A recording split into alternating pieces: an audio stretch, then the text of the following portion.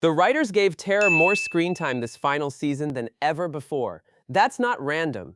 In this episode, Terror accidentally eats chocolate, and Butcher's reaction is completely out of character.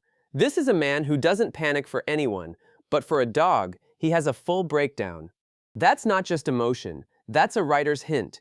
Terror is Butcher's emotional anchor, the last piece of his humanity. In the comics, Terror gets brutally killed, and the moment Butcher sees his dog lying in blood, that's when he completely loses himself. No humanity left.